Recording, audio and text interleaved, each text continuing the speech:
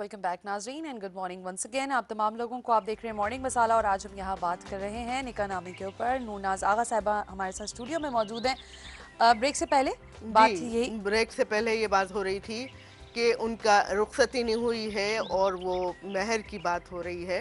तो देखिए, ये जहाँ तक महर है वो जो है, महर जो है शादी की कंज्यूमेशन या हकूक़ ज़ौजियत के अदायगी के साथ मशरूत है। अगर उनका सिर्फ निकाह हुआ है और वो अपने घर मौजूद हैं और उनकी शादी कंज्यूमेट नहीं हुई है या हकूक़ ज़ौजियत अदा नहीं हुए, रुखसती नहीं हुई है, तो हक़ महर की वो हकदार नहीं होंगे। बहुत ही सिंपल चीज़ें होती हैं, बस ये कि ज़रा एक्सपर्ट्स की राय मिल जाती है, जो लोग इस सारी चीज़ों को जानते हैं, तो बहुत आसानी हो जाती है। मुझे ये बताएं कि हम बड़ी बात कर, अच्छा पैकेज एक तैयार है, वो देखे मैं भूल गई थी ना। तो हमारे पास ना जी एक पैकेज ऐसा तैयार है। हमने लोगों से पूछा कि वो निकाहनामे को कितना समझते हैं और निकाहनामा जब उनकी शादी हुई हो तो उन्होंने निकाहनामे को पढ़ा था या नहीं। तो लोगों की क्या राय है, ज़रा हम लोग भी सुनते हैं और ज़रूर अपने ज़रूर। नाज़रीन को भी सुनाते हैं। श्योर। टू मॉर्निंग मसाला। मैं हूं आपकी होस्ट आमना मलिक और आप जैसे देख रहे हैं कि मैं आज एक आउटडोर शूट पे निकली हूं। आज हम लोग बाहर निकले हैं कुछ अपनी ऐसी बातें लेके जो हम व्यूअर्स से वहां बैठ के नहीं पूछ सकते। कभी कॉल्स का मसला होता है, कभी कुछ होता है, तो मैंने सोचा और हमारी टीम ने सोचा कि हम क्यों ना पब्लिक में चल के इस पर बात करें। जैसे आज का जो मेरा टॉपिक है वो सबसे एक बहुत इंपॉर्टेंट टॉपिक जो हमारी हर खातून की ज़िंदगी का, एक लड़की की ज़िंदगी का सबसे अहम टाइम होता है निकाह होना। और निकाह नामे को हम अहमियत नहीं देते क्योंकि हम समझते हैं कि अपनी शादियों की तैयारियों में इतने बिजी होते हैं कि निकाह नामे के जो कॉलम्स होते हैं उनको नहीं पढ़ते। खुला और ये सब चीज़ें, अपना हक मेहर, इस चीज़ पे हम बात नहीं करते। क्यों नहीं करते, क्या प्रेशर होता है। अब इतनी हमारी पहले लैक ऑफ एजुकेशन होती थी, अब नहीं है। अब लड़कियाँ काफ़ी अवेयर हैं इन चीज़ों से, तो भी इस चीज़ को इतना इग्नोर क्यों करती हैं, किसके दबाव में आती हैं और क्यों अपने निकाह नामे को इतनी अहमियत नहीं देती। आइए चलते हैं और उनसे पूछते हैं। अवेयरनेस की बात होती है और पढ़ना चाहिए। और यही है कि कम से कम आपको सही क्वेश्चंस पता होने चाहिए कि क्या है, और राइट ऑफ डिवोर्स होना चाहिए। इसके आप क्या समझती हैं, इसके डिसएडवांटेजेस क्या हो सकते हैं अगर लड़की पढ़ ले और कहते हैं जी लड़की का दिमाग बड़ा खुल जाता है। नहीं, ऐसी कोई बात नहीं है। आप पढ़ने से आपकी इंटेलिजेंस बढ़ सकती है। डिसएडवांटेज तो नहीं है, एडवांटेज ही है। I think it's very important. वैसे हम लोग पढ़ते नहीं हैं लेकिन इम्पॉर्टेंट है। और आप क्या समझती हैं कि पढ़ने से क्या फ़ायदे होते हैं। नहीं, आपको अपने राइट्स का पता चलता है कि आप लीगली और रिलीजियसली आप किस तरह सिक्योर है। सही है। You come to know. और इसके डिसएडवांटेजेस क्या हो सकते हैं। आपको पता है कि ज़्यादा अवेयर अगर आप हो जाएं इन इलिटरेट सोसाइटी तो सबसे बड़ा डिसएडवांटेज है। सबसे ज़्यादा ये सबसे बड़ा लड़कियाँ ज़्यादा लिटरेट हो जाती या हैं और फिर और ज़्यादा इस चीज़ को भी अपने अपने अपनी राइट्स को डिमांड करना शुरू कर देती हैं, which generally we are being discouraged in the society के लिए। और इसका पूछने का मकसद ही ये हमारा कि क्यों हमारे घर वाले इस चीज़ को इग्नोर करने की कोशिश करते हैं कि हम निकाहनामे की तरफ ध्यान ना दें, या हम खुद निकाहनामे की तरफ ध्यान नहीं देते क्योंकि हमें लगता है कि अभी शादी के दिन है, शादी में इतने मसरूफ़ होते हैं और निकाहनामे को इतना नहीं हम एम्फसाइज़ करते कि उसको पढ़ा जाए। शायद लड़कियाँ ज़्यादा एजुकेटेड ना हो जाएं निकाहनामे के सिलसिले से। आइए और लड़कियों से ये बातें पूछते हैं। क्या निकाहनामे की पूरी नॉलेज होनी चाहिए लड़कियों को जब वो एक निकाहनामे पे साइन करने वाली है। नहीं, लड़कियों को तो मतलब लड़कियों की नॉलेज तो हम लोग समझते ही नहीं ना कि लड़कियों को इतनी अवेयरनेस होने के बावजूद हम ये नॉलेज नहीं देते। और नॉलेज भी हो और हम बोलने की इजाज़त नहीं देते कि वो नहीं बोल सकती हैं। उनको मना कर दिया जाता है कि हाँ बस उन्हें हाँ करनी है, स्ट्रेस है। राइट टू डिवोर्स जो होता है, जो एक लड़का एक लड़की को देता है, क्या ये होना चाहिए या नहीं। बिल्कुल होना चाहिए, बिल्कुल होना चाहिए।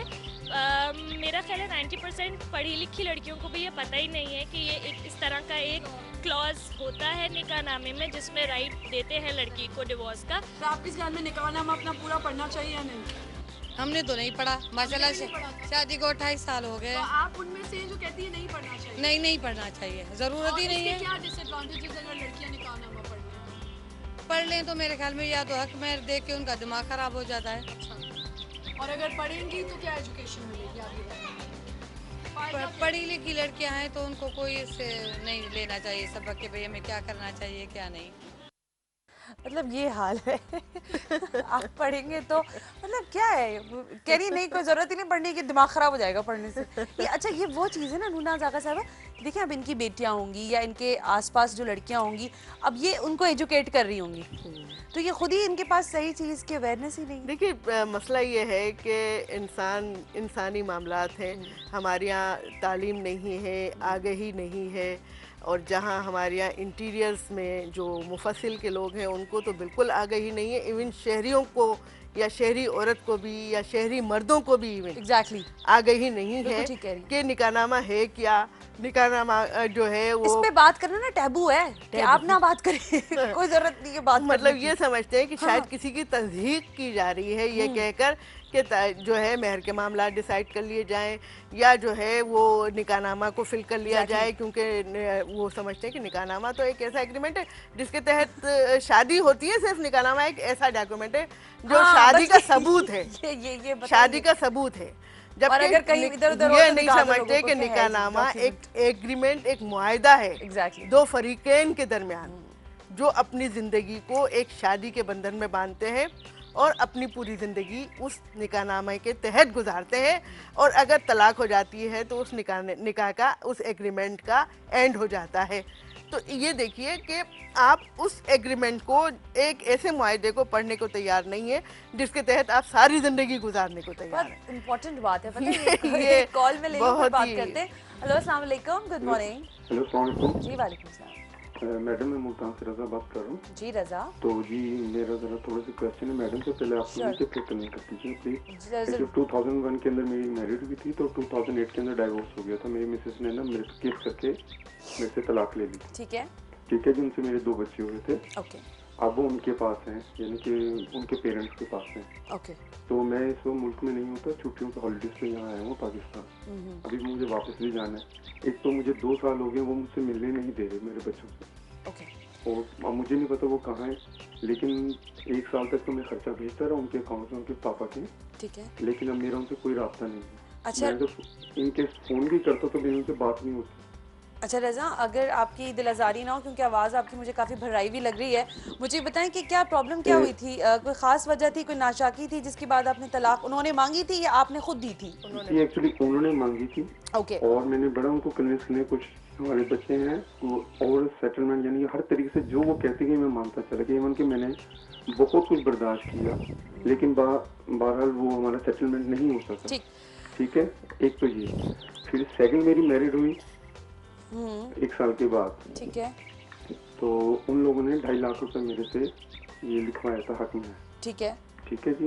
ठीक है अब मुझे नहीं पता कि जब मैं मुल्क में होता हूँ तो हर चीज़ बहुत अच्छी रहती है, जैसे मुल्क से बाहर चला जाता हूँ आपको पता है जी कि कमाने के लिए डेफिनेटली जाना पड़ता है, मजबूरी है, यहाँ पे हालात आप लोगों के सामने। बिल्कुल ठीक है। ठीक है जी। तो पिछले साल वो भी बगैर बताए ऐसे ही अपने पेरेंट्स के चली गई। फिर आया तो फिर किस्म का सुलह उनसे हुई। मैंने कहा जी मेरी तो कोई लड़ाई नहीं है, कोई बात नहीं है, झूठ वो लोग बहुत बोलते हैं कि जी यह तंग है, ये है। हालांकि मेरे घर में अल्हम्दुलिल्लाह कोई प्रॉब्लम नहीं, मेरे पेरेंट्स बहुत ख्याल करते हैं इनका। इवन कि हम लोगों को शायद उनकी वजह से सुननी पड़ती है, लेकिन उन लोगों को कुछ नहीं कहा जाता। कोई बर्निंग नहीं है, कोई पाबंदी अच्छा नहीं है अब आप लोगों सवाल थोड़ा मुझे बताइए, बैकग्राउंड तो मुझे समझ को। आ गया है। दूसरा मैडम ये है कि वो मेरी बगैर इजाजत के 1.5 साल हो गया वो अपने पेरेंट्स के हैं। अगर मैं उनसे कांटेक्ट करने की कोशिश करता हूँ तो कोई कांटेक्ट नहीं, कोई फोन नहीं, कोई यानी बातचीत नहीं है मेरी। ओके ठीक है, और ना वो इस पेश में आता है कि वो क्या चाहते। बिल्कुल ठीक है Raza, thank you very much for your call. नाज़रीन यहाँ पर एक जस्ट ब्रेक ले रहे हैं, ब्रेकिंग न्यूज़ आप तक पहुँचाई जाएगी, तो यहाँ लेते हैं एक छोटा सा ब्रेक।